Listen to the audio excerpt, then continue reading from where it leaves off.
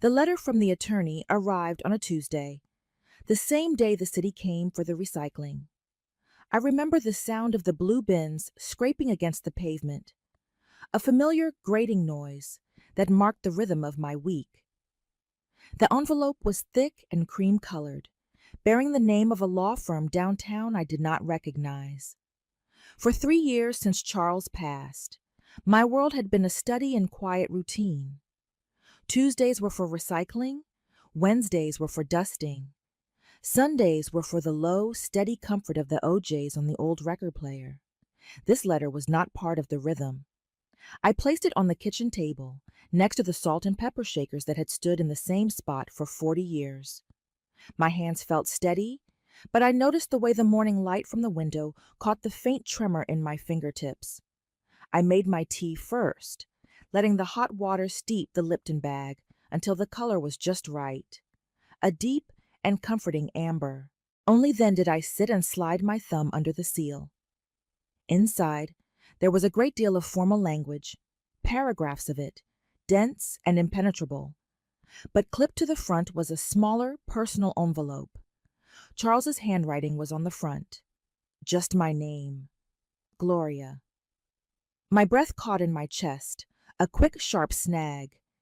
It had been so long since I'd seen his hand.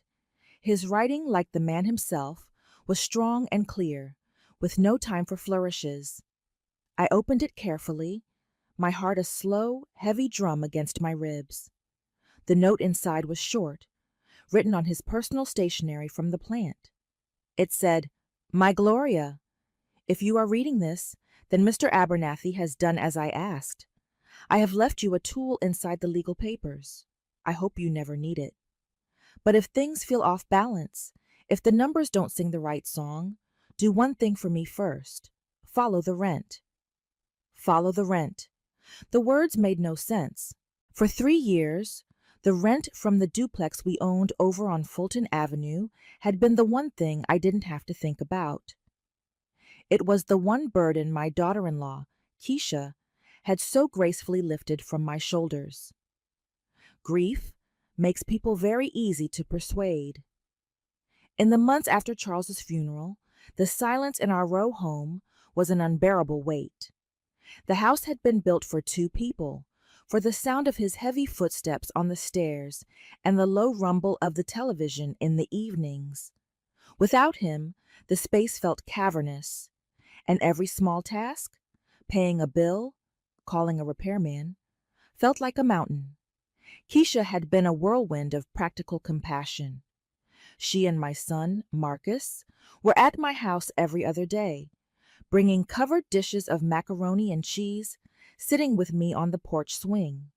Keisha, especially, seemed to see the fog I was in. She had a way of speaking that was both brisk and soothing, a tone that promised efficiency and care in the same breath.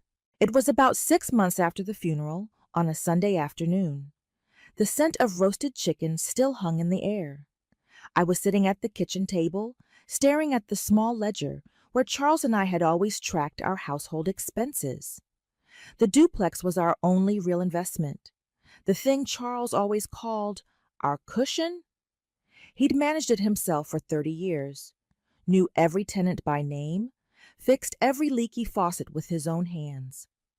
Now the paperwork fell to me, and it felt like a language I no longer spoke. Keisha came and stood behind my chair, placing her hands on my shoulders. Her touch was warm. "Mama G," she said, her voice soft. "You look tired." I just nodded, unable to form the words. The columns of numbers blurred. "I know this is a lot," she continued. "Marcus and I were talking. That little property is a blessing, but it's also a job. Keeping up with the tenants, the deposits, the taxes. It's a headache." She paused, letting the silence settle. "Why don't you let me handle it for you?" I looked up at her. She was wearing a cream-colored pantsuit, her hair perfectly styled. Keisha always looked like she had just stepped out of a magazine, ambitious and polished. She was opening her own boutique over in Harbor East, a dream she'd been chasing for years. Charles and I had co-signed the loan for her. We believed in her drive. "Oh, honey, I couldn't ask you to do that," I said. "You're so busy with the shop." "It's nothing," she insisted, giving my shoulders a gentle squeeze. "It's all online now anyway. I can set up a direct deposit for the rent payments. It'll go into a separate account, just for the property. I'll pay the taxes and the management fee out of that, and then transfer the profits straight to your savings every month. You won't have to lift a finger. You'll just see the money appear." She smiled, a bright, confident expression. "Think of it as my way of taking care of you, the way you and Dad Charles have always taken care of us."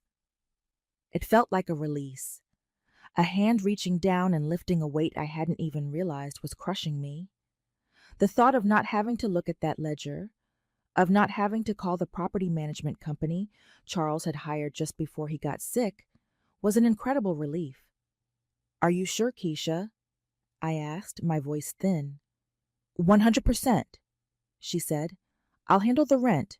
You just rest and get your strength back. You deserve it." And so I let her. She brought over some forms a few days later, things for the bank and the property manager. I signed where she told me to sign. It all seemed so straightforward. For the first few months, she would call me. "Just letting you know, Mama G, the deposit for this month was $2,150 after the management fee. It's in your account." And it always was. I would check my savings account statement, and there it would be, a neat, clean deposit. After a while, the calls stopped, but the money never did. It became part of my new rhythm, a quiet, dependable comfort in the background of my life. I trusted her completely. I had no reason not to. She was family. That trust was a warm, solid thing, a foundation I had built my life upon. But now, holding Charles's letter, I felt the first hairline crack appear in it. Follow the rent. Why would he write that? Charles was not a man for mysteries. He was direct. If he had a concern, he stated it plainly. This felt different, like a warning sent from across a great distance. A tool, he'd called it. I unfolded the legal document again, my eyes scanning the dense text. It was mostly boilerplate about the disposition of his assets, things I already knew. But near the end, a section was marked with a tab. It was titled, "Spousal Fiduciary Protections and Audit Provisions for Walker Properties, LLC." I didn't understand most of the words. Escrow, mandatory review, unrestricted access to transactional records.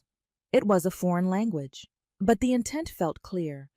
It was a lock, and Charles had just handed me the key. The question was, what door was I supposed to open? For 2 weeks, I did nothing. The letter sat in the drawer of the bedside table where I kept my Bible. I tried to push it from my mind. Keisha was a good girl. She loved Marcus. She called me Mama G. I was being foolish, letting a dead man's strange words stir up trouble where there was none. I told myself that grief was playing tricks on me, making me see shadows in every corner. Then came the first of the month. It was a Friday. My routine was always the same. I'd walk down to the bank branch on the corner, withdraw a little cash for the week, and get a printout of my savings account activity. I liked the feel of the paper in my hand, the crisp finality of the numbers. I'd take it home, sit at the kitchen table, and reconcile it with my own little ledger, just as Charles had taught me. That Friday, I sat with the printout. I noted the small interest payment. I noted the automatic withdrawal for my church tithe. I looked for the deposit from the property account. It wasn't there. My first thought was that I was early. Sometimes it took a day or two for the transfer to process. I felt a small flutter of unease in my stomach, but I quieted it. There was always a simple explanation for things like this. By Monday, it still hadn't appeared. I waited until Tuesday. Still nothing. The empty line in my ledger seemed to stare back at me. This had never happened before. In 3 years, The deposit had been late only once, by a single day, and Keisha had called me beforehand to let me know. I decided to call her. I rehearsed the words in my head, wanting to sound casual, not accusatory. She answered on the second ring, her voice bright and a little breathless. I could hear the chime of a bell in the background, the sound of her boutique. Mama G. Hey, what's up? She said. Hi, honey. I hope I'm not catching you at a bad time, I began. Never. Just helping a customer pick out a scarf. What can I do for you? I was just balancing my books for the month, I said, trying to keep my voice light. And I noticed the transfer from the duplex account hasn't come through yet.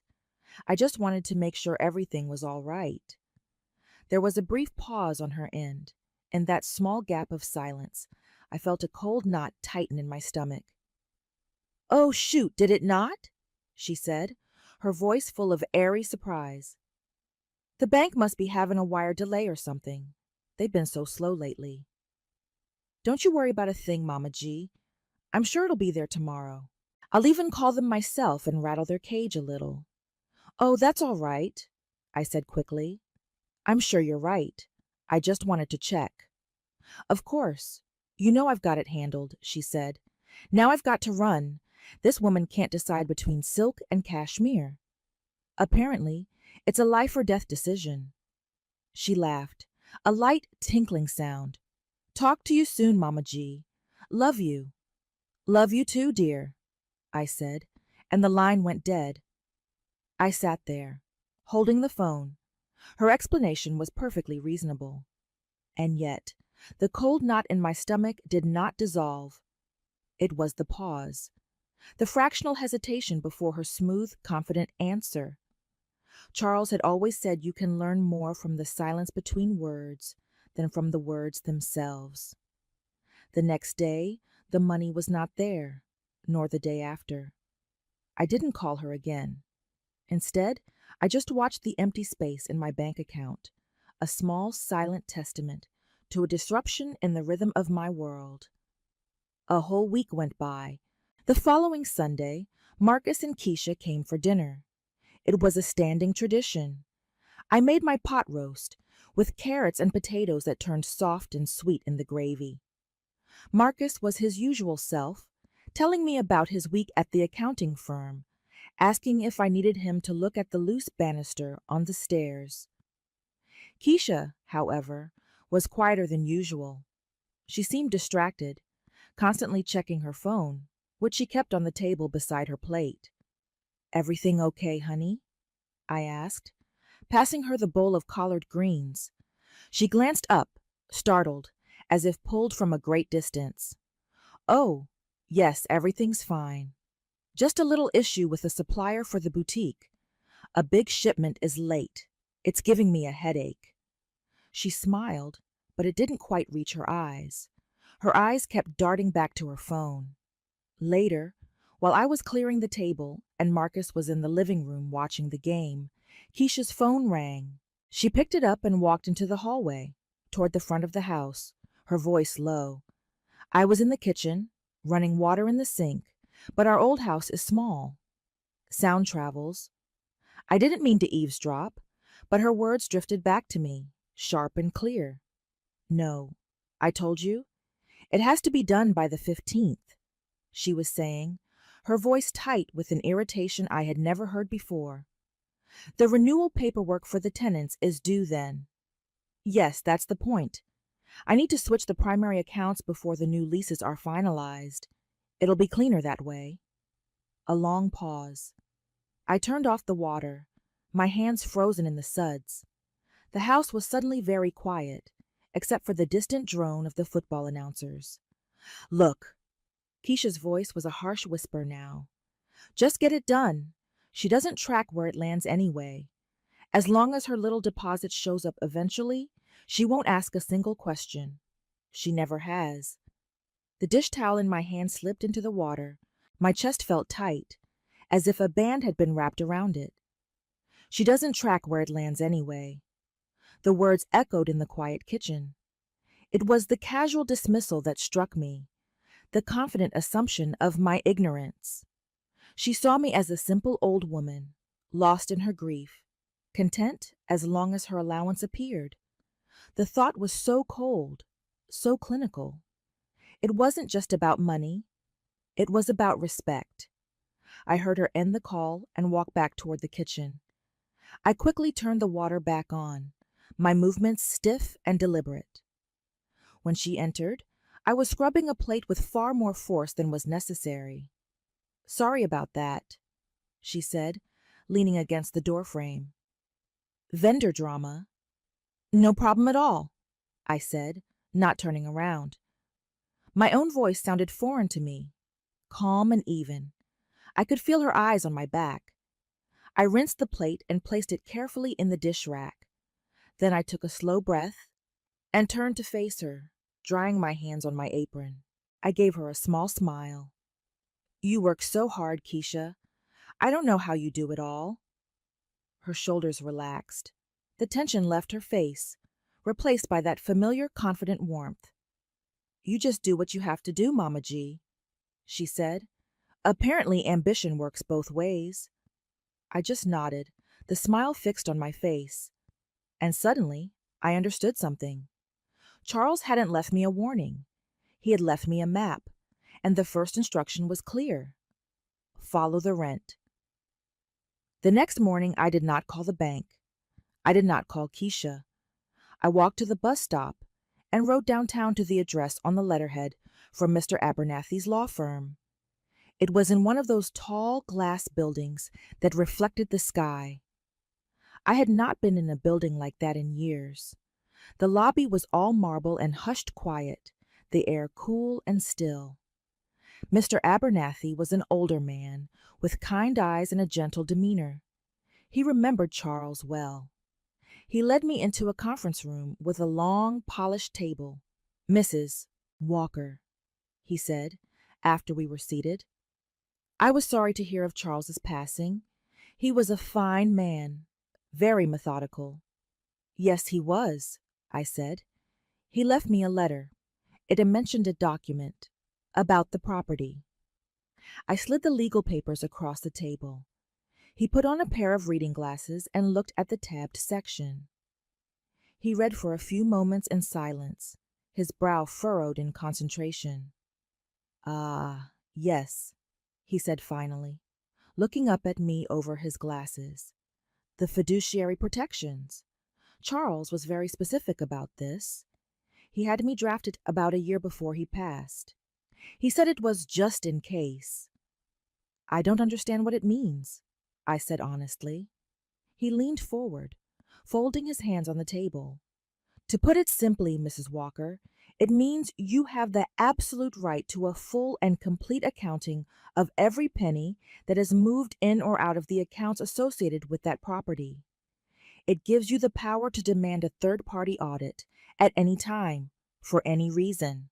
And it stipulates that the property management company is legally obligated to provide you, and only you, with direct access to all financial records upon request.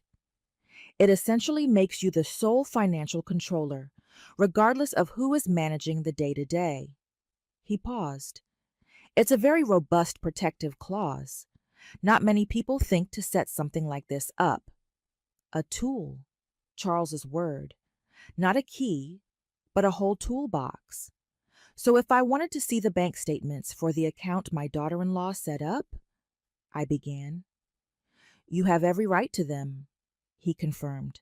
"As the owner and primary signatory under this provision, you can walk into that bank and ask for every statement from the day the account was opened." He looked at me, his expression serious. "Is there a problem, Mrs. Walker?" I thought of Keisha's words, her dismissive tone. "She doesn't track where it lands anyway. I'm not sure yet," I said quietly. "But I think I need to start looking." Before I went to the bank, however, another call came. It was from a Mr. Davies, the man who ran the property management company. His voice was hesitant, professional, but concerned. "Mrs. Walker, it's Alan Davies. I hope I'm not disturbing you." "Not at all, Mr. Davies," I said. I'm calling about the Fulton Avenue property. We're preparing the lease renewals for your tenants, and I received a form last week, a direct deposit authorization form. My hand tightened on the receiver. A form? Yes. It requests that all future rent deposits be routed to a new bank account. The thing is, the form wasn't signed by you. It was signed by your daughter-in-law, Keisha Walker.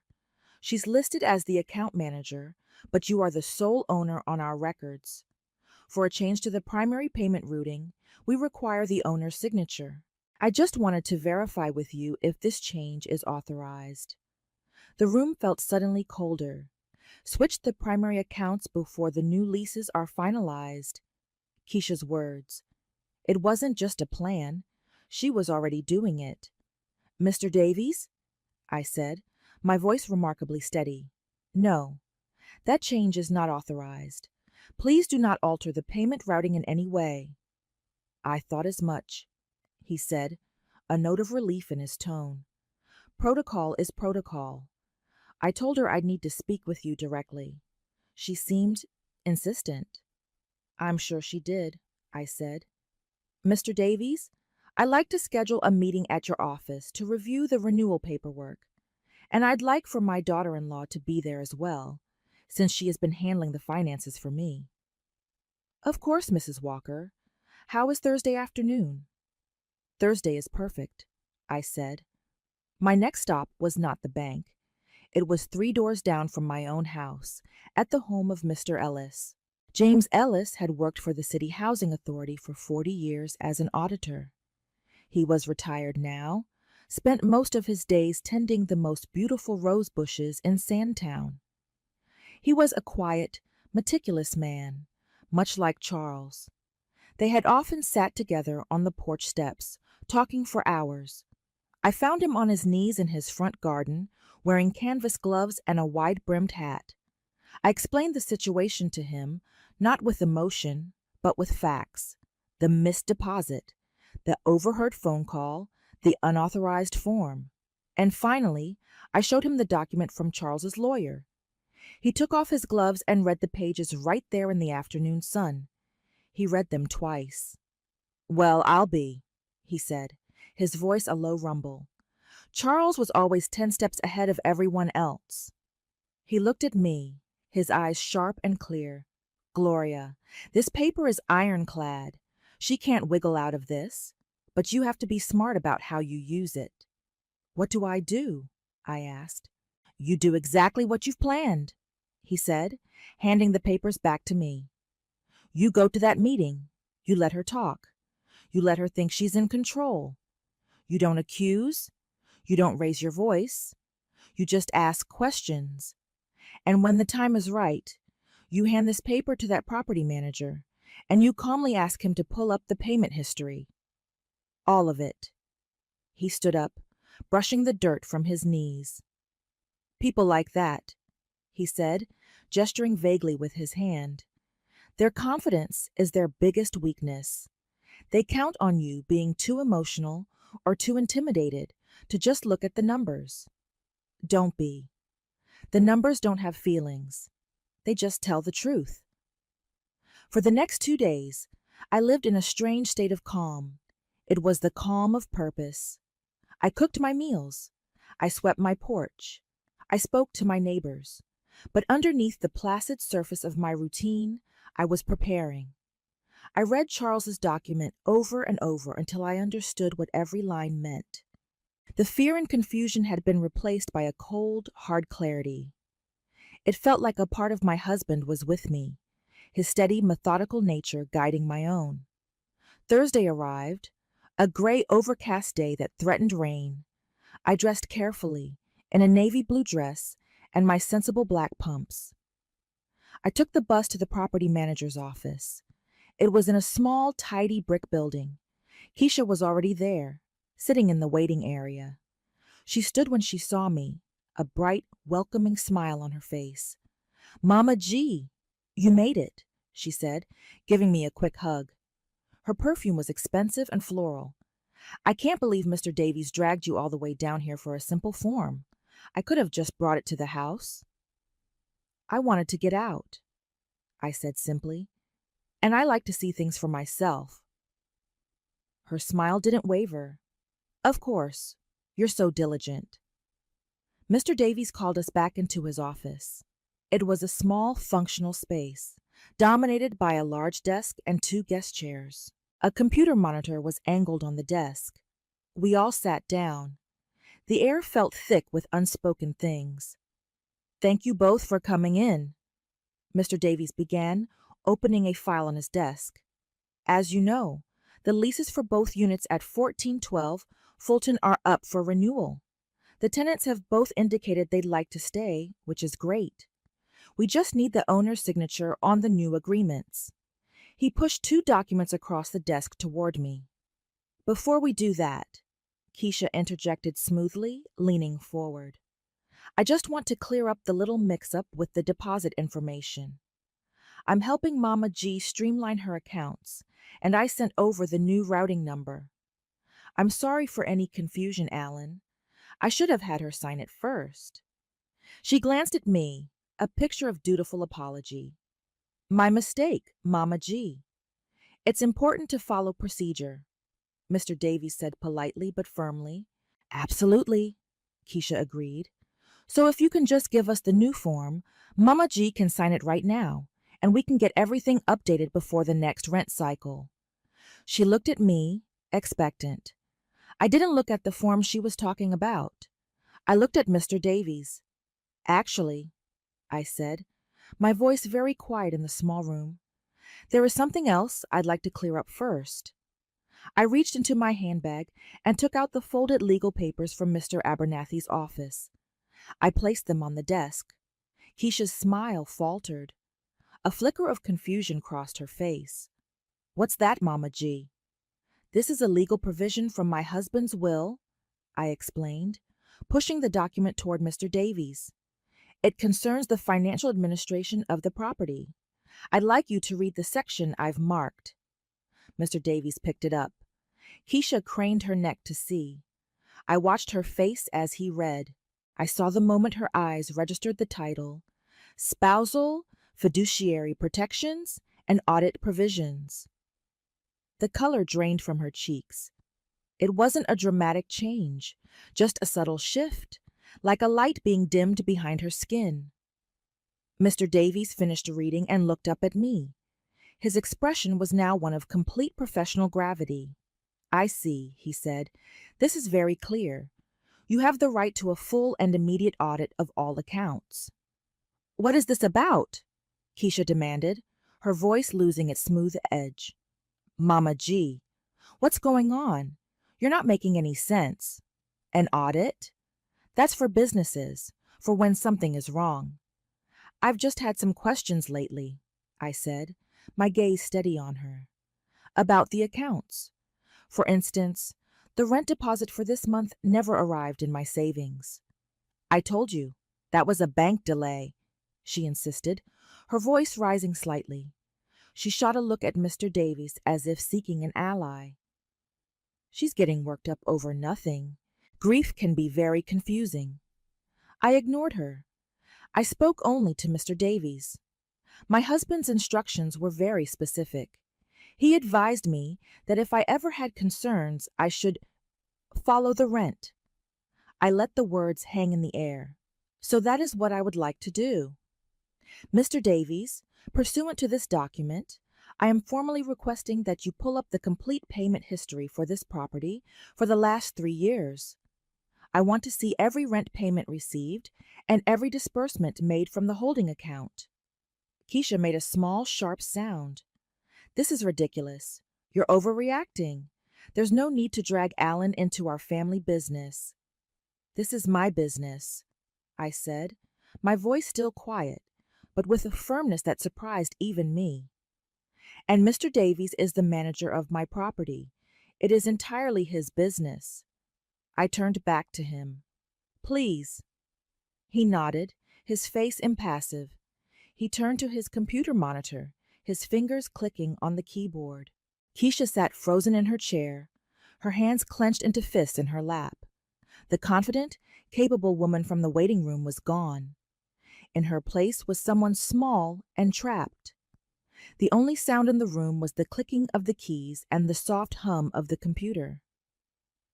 "Okay," Mr. Davies said after a moment. "I have the ledger history here on the screen." He turned the monitor so we could both see it. My eyes scanned the columns of numbers. For the first few months, it was just as Keisha had said. 2 rent payments came in, the management fee went out, and a single large transfer was made to my savings account. Then, about 6 months in, the pattern changed. After the management fee was paid, a second transfer started appearing each month, a transfer to an account I did not recognize. It was for a small amount at first, just a few $100s, but over time it grew. 500, 1,000. Some months, it was nearly half the income. And then I saw it. For the most recent month, there was no transfer to my savings account at all. The entire net amount had been routed to that other account, the one on the unauthorized form. The silence in the room was absolute. I could feel Keisha staring at me, her gaze burning into the side of my face. I did not look at her. I just kept my eyes on the screen, on the undeniable, unemotional truth of the numbers. 36 months of lies, all laid out in neat, orderly columns. The total amount, Mr. Davies said, his voice neutral, transferred to this secondary account over the last 31 months, appears to be just over $42,000. $42,000. The number was so large it had no meaning. It was the price of a car, a down payment on a house, the cost of co-signing a loan for a boutique. I finally turned my head and looked at my daughter-in-law. Her face was a mask of pale shock. The polish was gone. The ambition was gone. All that was left was a raw, desperate panic. "Mama G," she whispered, her voice cracking. "I can explain." I held up a hand, a small, simple gesture that stopped her words in her throat. "No, Keisha," I said. My voice was not angry. It was just tired. "I don't think you can." I turned back to Mr. Davies. "Please remove Keisha Walker's name as a manager on this account, effective immediately. All communications are to come directly to me from now on. And I want new authorization forms that I can take to my bank to ensure all future payments are routed correctly to an account that only I control." He nodded, already typing. "Of course, Mrs. Walker." I stood up. My legs felt a little shaky, but I willed them to be strong. Keisha remained seated, looking up at me, her eyes wide. For the first time, I saw not a confident businesswoman, but a frightened girl who had made a terrible mistake and been caught. There was no triumph in me, no feeling of victory. There was just a profound and hollow sadness. "I'll wait for Marcus at home," I said to her, and then I turned and walked out of the office, leaving her there with the truth glowing on the computer screen. The bus ride home was a blur. I sat and watched the familiar streets of my city go by, but I didn't really see them.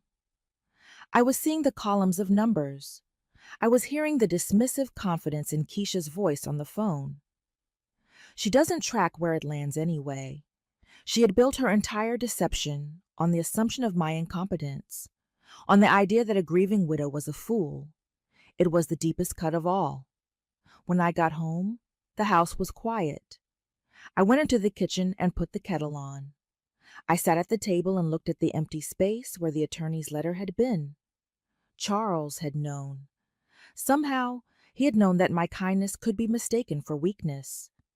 He hadn't left me a warning about Keisha. He had left me a statement of faith in me. He had given me the tools, trusting that if I ever needed them, I would be strong enough to use them. Marcus came over that evening, alone. His face was gray and drawn. He sat at my kitchen table in the same chair he'd sat in as a boy, and he couldn't meet my eyes. "She told me everything," he said, his voice thick. "Mom, I am so sorry. I had no idea. I swear to you, I had no idea."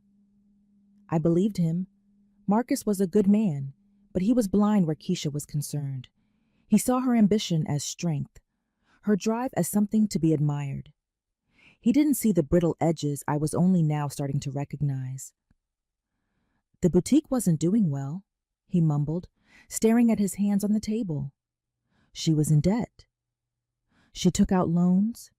She was trying to fix it before I found out. She said she was just borrowing the money, that she was going to pay it all back before you ever noticed. People always intend to pay it back, I said softly. It wasn't an accusation, just a statement of fact. We sat in silence for a long time. The only sound was the hum of the refrigerator. What are you going to do? He finally asked. The first thing I'm going to do, I said, is secure my property. I'm going to learn how to manage it myself, the way your father did. I looked at him then, my son, and I saw the shame and the sorrow in his eyes. As for the rest, that is between you and your wife. But Marcus, the trust is broken, and I don't know if that is something that can ever be fixed. In the weeks that followed, my life found a new rhythm. I spent hours with Mr. Davies, learning the software, reviewing the tenant histories, understanding the taxes. I took a community college class on property management. I opened a new bank account and watched as the first full rent deposit appeared in it, clean and correct. It felt like a quiet victory. Keisha and Marcus sold the boutique. They used the money to pay back every cent she had taken, with interest. She wrote me a long, tearful letter of apology. I read it, and then I put it away. The words were there, but the meaning behind them was lost to me. Forgiveness is a complicated thing. You can offer it, but you cannot force yourself to feel it. My relationship with my son is slowly mending. It is careful and quiet, and marked by a sadness we don't speak of. He comes for dinner on Sundays, usually alone. We talk about the weather, and the Orioles, and the loose banister he finally fixed for me. We are finding our way back, but the path is different now. I still have the letter from Charles. I keep it in my Bible, tucked into the book of Psalms. Sometimes, late at night, when the house is still, I take it out and read it. It is not a sad memory anymore. It is a reminder that love is not just about comfort and care in the present. It is also about foresight. It is about providing the tools for strength, even after you are gone. My world is still one of quiet routine, but it is my routine now, built not on blind trust, but on earned knowledge. I balance my own books. I speak to my own tenants. I stand on my own 2 feet. The grief for my husband has not disappeared, but it has changed. It has become a source of strength, a quiet authority that lives inside me. He taught me how to read the numbers, and the numbers, as Mr. Ellis said, always tell the truth.